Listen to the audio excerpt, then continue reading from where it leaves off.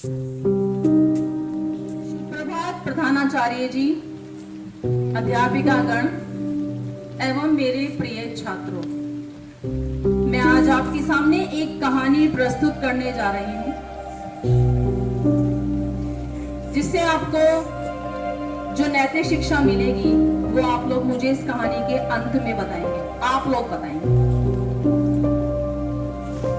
एक महान संत थे महात्मा जी, जिनका आश्रम एक जंगल में था। बहुत ही खूबसूरत आश्रम था जहां बहुत शांत वातावरण था और वहां वो अपने कुछ विद्यार्थियों के साथ रहते थे। कुछ दिनों बाद वहां दो युवक आए और गुरुजी से विनती करने लगे कि गुरुजी, हमें आपसे शिक्षा प्राप्त करनी है, क्योंकि उन गुरुजी का नाम दूर दूर तक, राज्यों तक फैला हुआ था। गुरुजी ने कहा, ठीक है, मैं आप लोगों को शिक्षा अवश्य दूंगा, लेकिन उससे पहले आप लोगों को एक परीक्षा देनी होगी। अगर आप उस परीक्षा में सफल हुए, उस कसौटी पर खरे उतरे, तो मैं अवश्य ही आप लोगों को शिक्षा दूंगा। युवकों ने कहा, ठीक है गुरुजी, हम तैयार हैं। गुरुजी ने कहा, ठीक है, तो जाइए। अंदर दो मिट्टी के कबूतर रखे हुए हैं, एक एक उठाकर लाइए। दोनों युवक एक एक कबूतर उठाकर ले आए। कबूतर बहुत ही खूबसूरत थे, उनके ऊपर जो कलाकृति थी उसकी वजह से उनमें बहुत चमक थी। गुरुजी ने कहा, आप एक एक कबूतर दोनों लीजिए और इन कबूतरों की गर्दन तोड़ दीजिए। दोनों युवकों ने कहा, ये तो बहुत आसान है, हम अभी तोड़ देते हैं। गुरुजी ने कहा, रुको, यहाँ नहीं तोड़ना।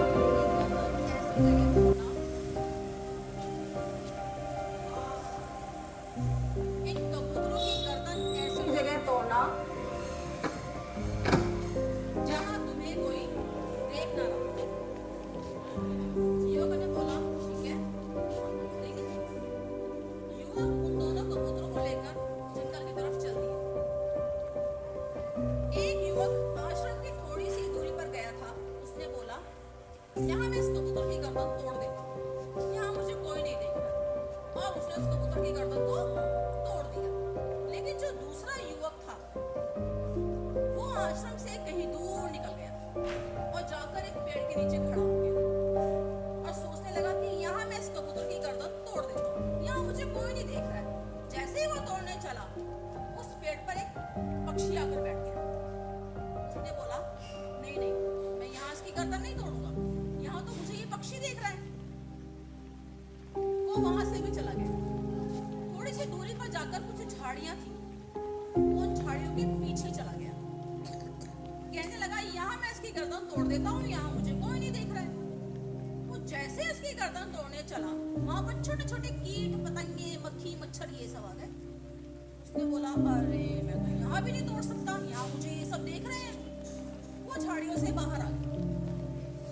बाहर आकर उसने एक गड्ढा खोदा, उस गड्ढे के अंदर चला गया।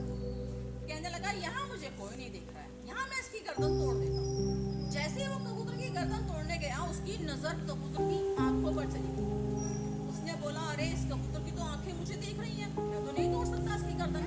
उसने उस कबूतर के चेहरे पर एक कपड़ा डाल दिया।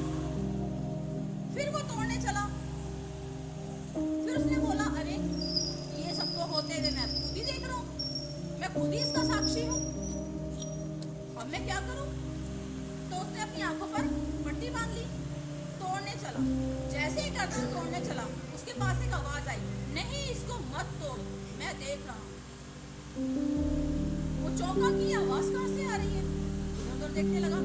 फिर दोबारा तोड़ने चला, फिर दोबारा से आवाज आई, नहीं इसको मत तोड़, मैं देख रहा हूँ। तब उसके समझ में आया कि ये आवाज तो मेरी अंतरात्मा की आवाज है, मेरे मन की आवाज है। मेरी आत्मा इसकी साक्षी है, ईश्वर इसका साक्षी है कि मैं ये क्या करने जा रहा हूँ, मैं ये गलत करने जा रहा हूँ, ये मुझसे नहीं होगा, ये अनुचित कार्य मुझसे नहीं होगा, मैं अपनी कसौटी पर खरा नहीं उतर सकता। मैं जा रहा हूँ गुरुजी के पास और मना कर दूंगा कि मैं इसकी गर्दन नहीं तोड़ सकता।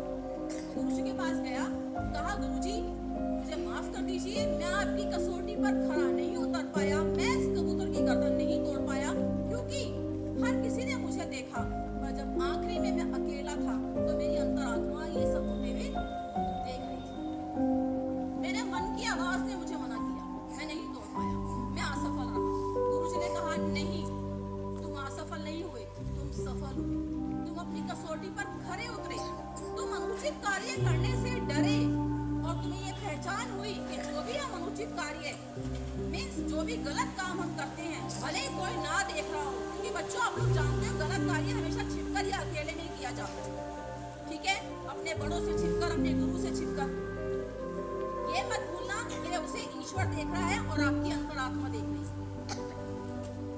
तो अनुचित कार्य कभी मत कीजिएगा। किसी को कोई अनुचित कार्य कर रहा है उसको देखकर मत कीजिएगा, कोई आपसे करने के लिए कह रहा है तो मत कीजिएगा, ये बहुत गलत बात है। ये मत सोचना हमें कोई नहीं देख रहा, ईश्वर देख रहा है और आपकी अंतरात्मा आपको देख रही है, क्योंकि गलत कार्य कभी ना कभी सामने आ ही जाता है, वो नहीं छिपता।